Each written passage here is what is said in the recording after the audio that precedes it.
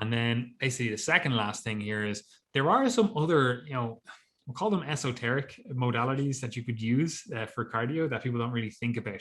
And one of those is, wearing something like a weight vest for doing your cardio, right? Because as we've discussed previously, especially in the obesity podcast series, like if you weigh more, like for every unit of time that you do doing cardio, like you are technically burning more calories. Like, and if you want to experiment with this, like go on a cardio equipment in the gym, whatever, and it asks you for your weight, like bump that up 20 kilos, right? And all of a sudden you're going to see, wow, I used to do 10 minutes of cardio and it burnt whatever X amount of calories, and now you're like, oh, I do 10 minutes of cardio and it burns X amount plus 50, 100, whatever it is, calories. And that's because you weigh more. You're actually doing more work because you weigh more. So a way you can get around this is by wearing some sort of weighted vest or weight equipment. Now, there's a few things to this. Now, again, look, why would you do that? Obviously, you can basically burn more calories for a unit of time. If you're like, I want to do 30 minutes of cardio, wearing a weight vest and burning more calories during that 30 minutes,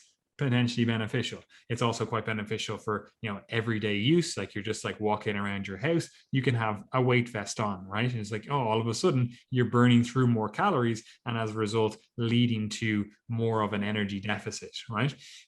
One of the things though that is also adjunct to this is the fact that like you could wear a weight vest, right?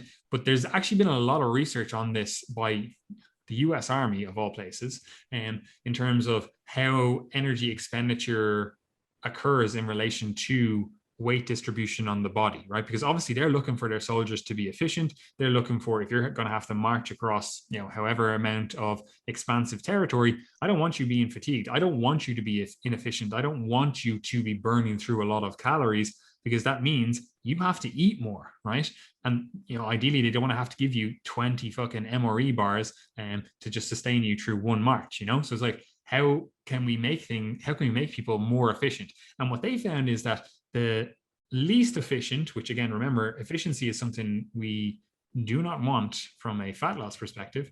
So the least efficient way, so the way that burns the most calories, is having weight on your feet, right? And this is something that if you've ever gone hiking before, you'll know. Like I always hike in like trail running shoes, and like Gary, you always see this as well, and because the two of us grew up on mountains, like you'll see people that are like, oh, you have to wear your like proper big boots for this, you have to wear your hiking boots, and like that's perfectly fine. But I know for me, I'm like, first of all, I'm never going to roll an ankle, because it's just never going to happen. If you grow up on a mountain, you're just like your ankles move different ways, but second of all, you actually have so much more weight on your foot when you are wearing hiking boots or whatever else, right?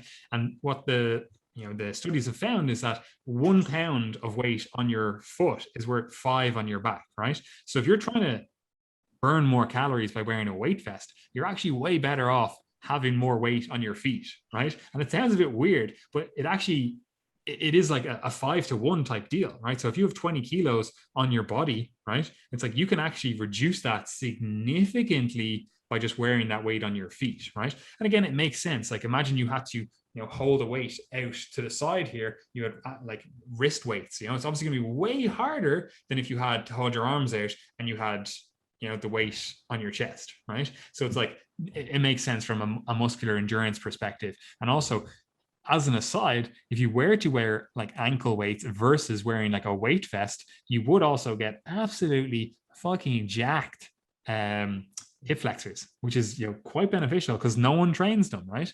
And it's also way less of an intervention. Like I just gave you a weight vest there the other day, Gary, 20 kilos. That thing looks like a fucking bomb vest, right? So like I can walk around, like I live in a, we'll call it a quasi-rural area. Like it's not exactly rural. It's also not exactly built up, so I can wear that and it's grand. But I could not see someone wearing like a weight vest in the heart of a city. It'd be like, you're getting the police called on you if you're wearing a weight vest, right? Because you see a lot of bodybuilders do implement something like this. And it's like this, that it's fine if you're living in certain areas, right? But if you live in other areas, that you're getting the SWAT are going to come and they're going to not enjoy the fact that you're wearing a weight vest and they think it's a bomb vest, right? So ankle weights are a potentially better alternative to this because you can reduce the amount of weight you use and also you can get the same amount of calorie burn, right? But it's just a thing to be thinking about. And there are other stuff, like there's other things like this, other different, like, calorie burning tricks and tools or whatever. But ultimately, I look at all this stuff as like, this is just not as beneficial as the, bread and butter stuff, your cardiovascular training, your general NEAT, your resistance training, and then obviously your diet. These are like little additive things, or potentially it might be a benefit if you are, someone that got very lean, you don't want to reduce calories anymore, and it's like you just want to make your calorie deficit that little bit bigger without having to exercise more. You don't have to do more time. You don't have the time for it. You can fit it in your day, but also you want to, still be able to eat the same amount of food that you have previously been eating. Adding in something like a weight vest for your walks, or I would ideally say like ankle weights, or if you're like, I don't want to walk around with ankle weights, just get boots, like literally just get heavy boots. All of a sudden you have fucking 2 extra kilos on each of your feet. You're going to be burning more calories throughout the day as a result of that, right? So it might seem inconsequential, but it does add up over the whole week. Do you have anything to say on that, Gary? No, I get yourself some heavy boots, lads. Start trekking the roads. There you go. Look, it helps. Fat loss phase, you're just gonna see people going from their normal, like, what are those shoes that people get these days for training in the gym? Those black shoes with the white stripe on it. I don't know. Fucking, you see them all the time. People training with them. They'll literally just be like changing from them to these fucking big military fucking industrial boots. But anyway, yeah, the final thing I want to wrap up on this is just that, again, I said it a few times, being inefficient is generally good for fat loss, right? Like, you burn more calories. However, there is this kind of double-edged sword with this where, if you are more efficient, potentially you can burn more calories because you're actually able to push harder, right? And again, it goes back to what we were discussing previously in the last episode about resistance training. Like, if you are someone that can squat 300 kilos versus someone that is squatting their first 30 kilos, well, yeah, you're inefficient at squatting that 30 kilos, you're shaking all over the place and you're burning a lot of calories doing that.